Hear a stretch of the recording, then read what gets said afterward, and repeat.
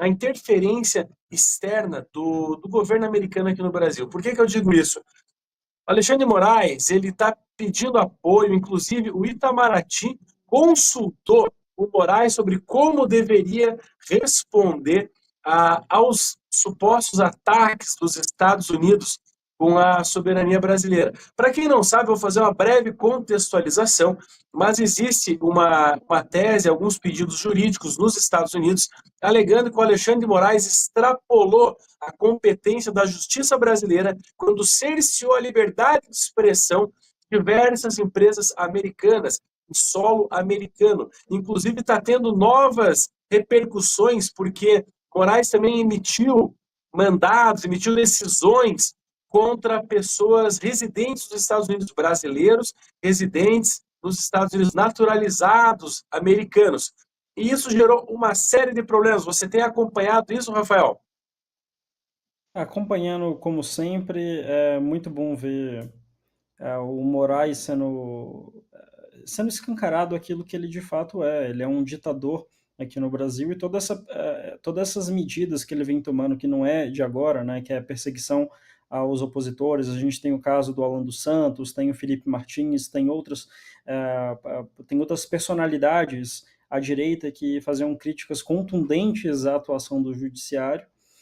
E hoje isso tá deixando claro para o cenário internacional a situação que o Brasil vive, que é o STF como um tribunal político que tem que ser julgado, sim. E essas medidas que o Moraes tem tomado têm que ter consequências. Por isso que a gente sempre reitera aqui, né, a importância de fazer, sim, uma pressão na classe política brasileira para tomar as medidas cabíveis para estancar todo esse perigo que o Brasil vive.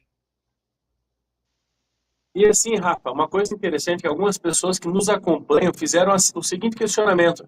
E eu acho que é legal a gente discorrer um pouquinho sobre isso, mas como que dentro de uma ética libertária, por exemplo, de pessoas defensoras da liberdade, como é que enxergam esse movimento de líderes estrangeiros interferindo dentro da soberania brasileira? E eu respondo o início dessa resposta, depois eu volto para ti, Rafael.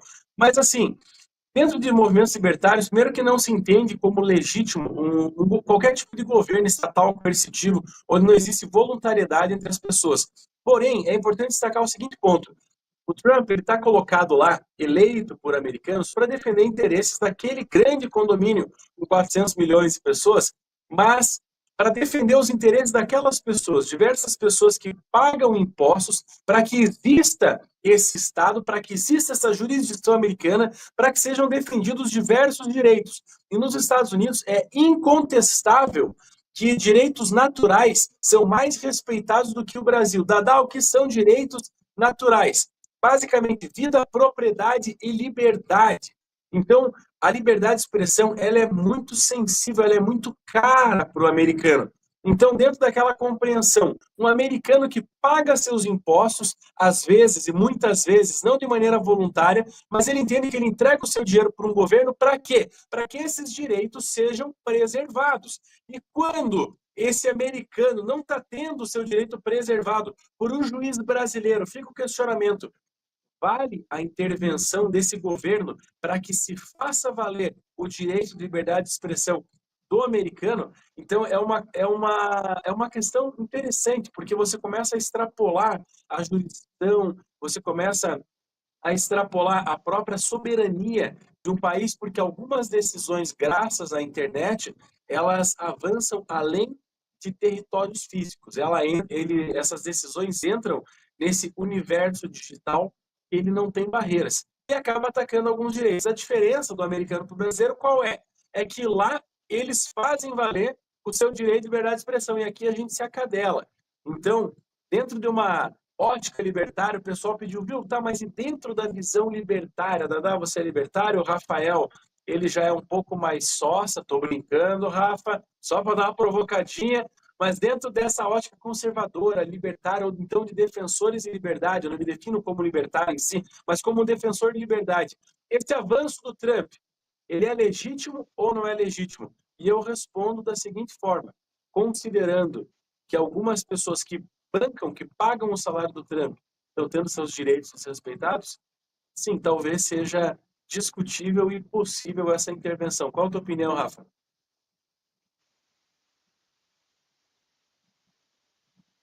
Pikachu? Cadê o Rafa? Opa, apareci aqui, como um raio do trovão, o Pikachu fez uma intervenção aqui nos nossos equipamentos, me trouxe de volta. Mas eu fico brincando que eu sou um anarco-tradicionalista, né? Com a idade chegando, você vai ganhando um pouco mais de maturidade, naturalmente você vai se consolidando mais ao conservadorismo. E esse cenário sobre essas interferências internacionais nos países, ela é um tanto quanto delicada, né? Partindo de uma ótica conservadora, a gente sempre tem que ter um ceticismo quanto a quem está no poder, por uma razão muito clara, né? Eu gosto muito da definição do Burke, do Burke não, do Russell Kirk, sobre o conservadorismo, que o conservadorismo ele é a negação das ideologias, né? Então, enquanto outros posicionamentos, primeiros, eles concebem um certo ideal e tentam imprimir esse ideal na realidade, né? No caso dos socialistas, a utopia da igualdade, no caso dos próprios liberais, a liberdade, até de maneira meio abstrata, o conservador ele vai para um caminho epistemológico diferente. Primeiro ele olha para a realidade e a partir de alguns princípios ele vai tecer ali o que é cabível de solução para o momento, né? E um desses princípios é compreender que a natureza humana ela é falha e que o ser humano ele é potencialmente mal. E por conta desses dois princípios, um conservador verdadeiro ele necessariamente ele preza por uma limitação do governo, porque um governo, ou qualquer estrutura que tem uma concentração muito grande de poderes, qualquer erro ali, a magnitude de uma medida equivocada coloca em xeque toda uma ordem social que deve ser preservada.